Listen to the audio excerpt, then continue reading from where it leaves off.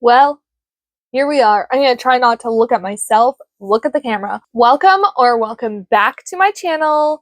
I'm Caitlin and I'm a uterine cancer survivor. I'm blown away, honestly. I had thousands and thousands of views on my cancer video and I'm back to talk about more cancer stuff, explain it a little bit better. People seem to really enjoy my cancer video. I got so many comments. That is what makes me excited to keep doing these videos.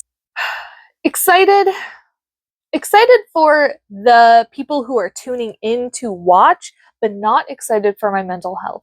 Last time I did one of these videos, which I only did one, I did my cancer video and I didn't do anything for like 2 days after that. I was drained. But it was very good for me to talk about it and say the whole story. If you're new here and you haven't watched my cancer video, go watch it. It's a little cringy. I don't know what I'm doing most of the time in front of a camera, but I mean, go listen to it. Listen to it on like 2 times speed if you want, because I feel like I talk so slow in there, but I'm getting better at it. I am now 5 years cancer free. My last surgery due to endometriosis was in 2023. So sometimes I don't feel like I'm actually 5 years cancer free just because the surgeries that I had are like related to like my ovaries and stuff, and I feel like obviously those weren't cancerous, but sometimes it just feels like not 5 years cancer free. I'm like 2 years, but I am 5 years. It's crazy. I don't know how to explain it, but anyway. So I had cancer when I was 18 and a total hysterectomy, which is your uterus, your cervix. Yeah, uterus and cervix. That's a full hysterectomy. And I had that 2 weeks before my 19th birthday.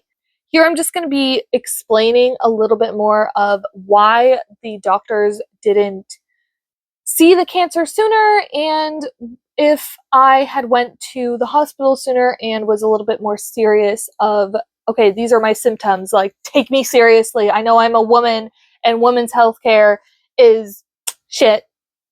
Yeah, I can say that.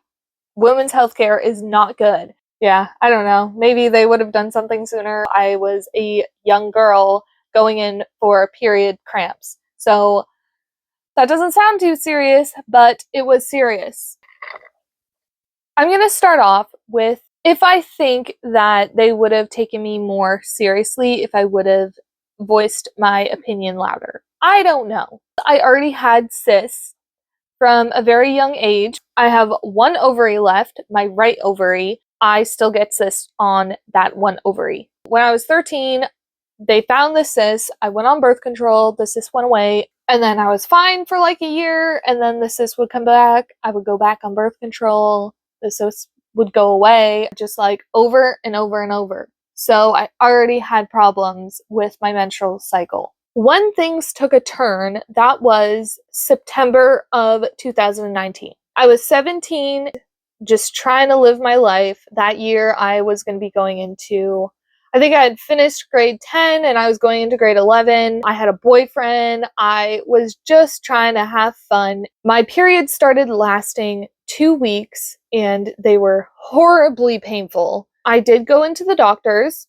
I don't think I made it clear in my cancer video, but, and maybe I'll have to do a full cancer video again in like a year or so, but I did go to the doctors and they did an ultrasound, and what they seen was the lining of my uterus was very thick. What that means is that there's like, I know it's gross, but there's like old blood stuck in your uterus that's like building up and it's very thick. I didn't go on birth control yet because there wasn't any cysts on my ovaries. No, there was cysts on my ovaries. What am I talking about? There was cysts on my ovaries and my uterus was the lining was very thick. I don't know why they didn't make me go on birth control. Maybe I just said no. That was kind of it. I think for months I had started a job. I was just honestly trying to live a normal 17-year-old life, but with my period lasting 2 weeks and then it would be off for 2 weeks and then on again for 2 weeks, it was very hard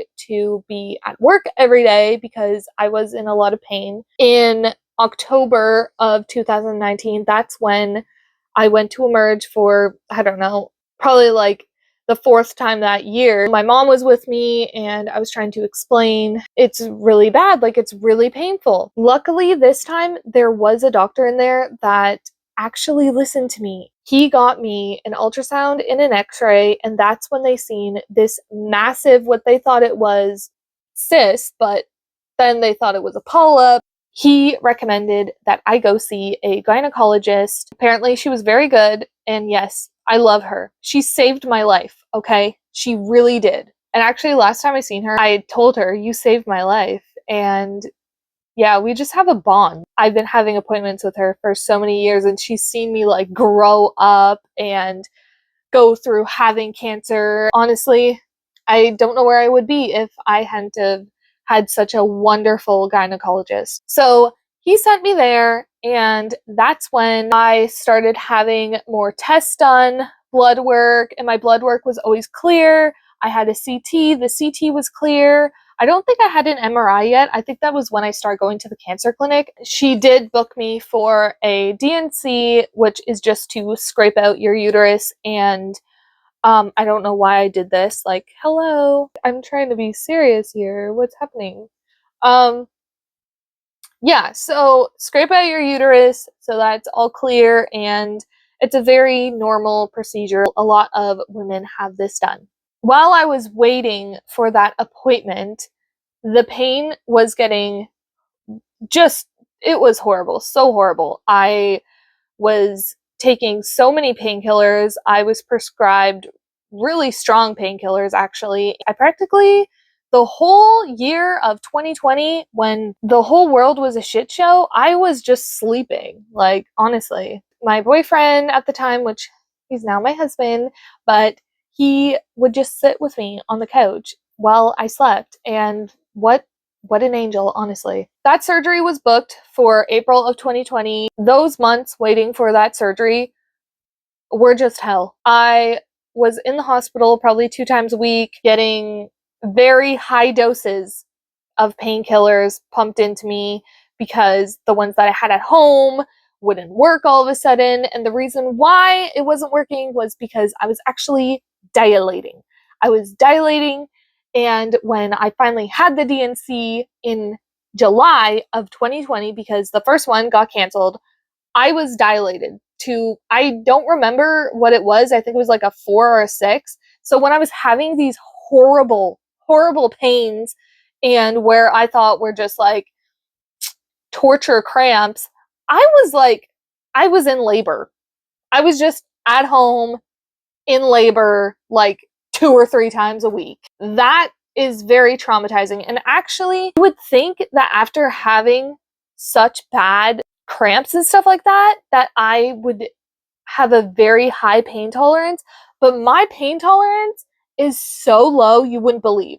Like, the second I have a tiny cramp, like, I can't even work out, okay? Even my muscles being sore sends me into panic mode.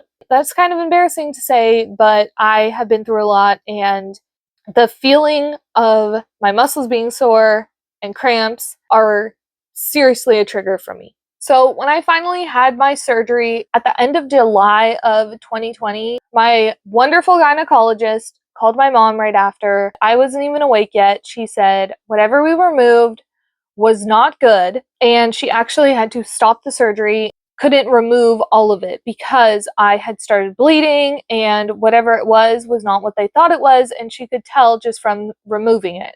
After that, at my post-op appointment, she told me that I was going to be transferred over to a gynecologist in London, which is like a bigger city. You know, I live out in the middle of nowhere. Even going to see my gynecologist was 45 minutes away in Woodstock, and then London is like an hour away. Yeah, quite the drive to go to all of these appointments. It's better to be there in person, I think. Even though I had to be there alone because of COVID, I kept seeing my first gynecologist in between just to talk to her because I was really comfortable with her. I just feel like I felt a little bit more at peace when I got to talk to her about my medical stuff. Even though the gynecologist at the cancer clinic was also very amazing. When I started going there, the first few appointments were just, we don't know what this is, and come back next time. Like, they were kind of useless, honestly. September 1st, I went to the cancer clinic and he said there are now 6 things it could be, but they're like trying to rule them out. 5 were very rare cancers, and then 1 was a rare growth. And already going to the cancer clinic was scary. Just seeing that word and knowing where you're going and that it could be cancerous. And then now almost confirming that whatever it is could really be cancerous. You're not just going there. The answers you're getting are like half answers, and you're going home. You're just full of anxiety, thinking, what could this be? My life was already just flipped upside down from everything that I had been through. And now I'm thinking, like, what is going to happen to me? It took a long time for them to figure out that it was cancer. The tumor that they removed, it was actually sent to Toronto, which is like 3 hours away from where I live. It was November of 2020 when I got the results that it was cancer. He called me and said it was a high-grade endometrial stromal. I had no idea what that meant, and I think I said something like, so it isn't cancer? And he said, no, that's cancer. I literally don't know what else he said on that phone call. I guess what I'm trying to say in this video is the doctors were doing their job. From the doctor finally listening to me at the Emerge, going to all these appointments, getting the DNC that I needed, even though it got canceled because of COVID, getting transferred to this other gynecologist, him being amazing to him, figuring out what it is and telling me. The doctors really were doing their job, and even though it took like a year and a half of appointments and surgery, they really were doing what they could. Once he told me that, then yeah, so it's always hard talking about this because it's like I'm being brought back to the moment when I was told that it was cancer. That was very hard for me. A few days later, he called me and said that they were going to book another DNC to make sure that, like, if there was any cancer still in there, and told me my options of if there was cancer, that this was a very aggressive and fast spreading cancer. There's really nothing they can do if it spreads because it is a muscle cancer.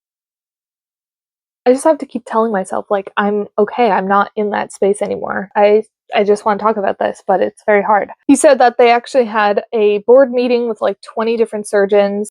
Most of them had never seen this cancer. He had never seen this cancer. I think it was only one time in his 35-year career at the cancer clinic that he's seen this type, and it was in a 65-year-old woman. Yeah, very rare and not common for someone my age. I had the DNC December 23rd of 2020. They called me after that a few days later and said that there is still cancer. We were going to move forward with, we had decided to do the hysterectomy. A total hysterectomy is your uterus, your cervix, and yeah, that's all. Sometimes I forget how fast everything went. From when they called me that it was cancer in November to when my hysterectomy was booked for January 4th of 2021. I tested positive for COVID, so it was canceled.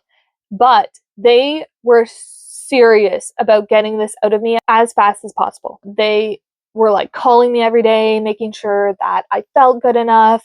I had a mild cold, but I was fine, and once they got the go-ahead to book it again, it was booked for January 13th. Everything was like very fast. It was like 2 months from when I was told it's cancer to when I had the hysterectomy. I feel like my surgeon was really good up until after my surgeries. I had been calling. I said I wasn't getting better.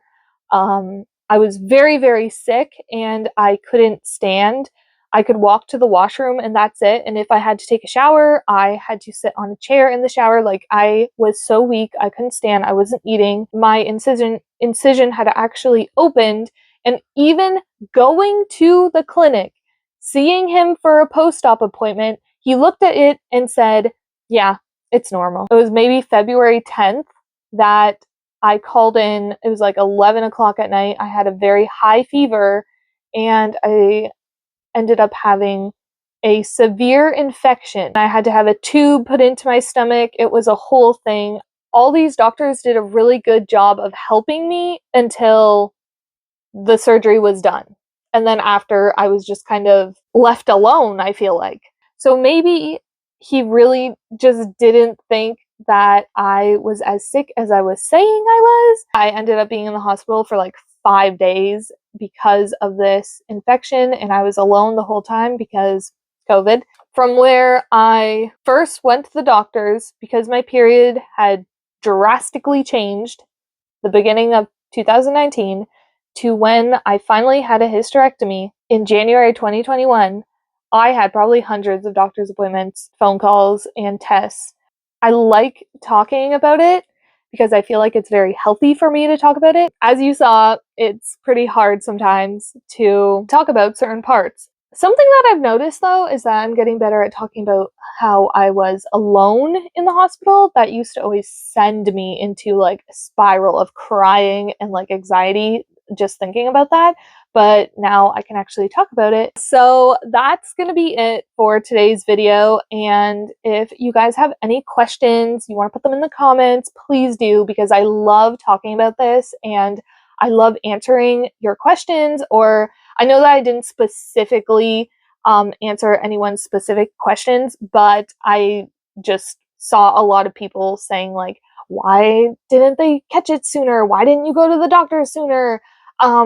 And I did, and the doctors were amazing. They listened to me finally. Thanks for watching, and I will see you next time.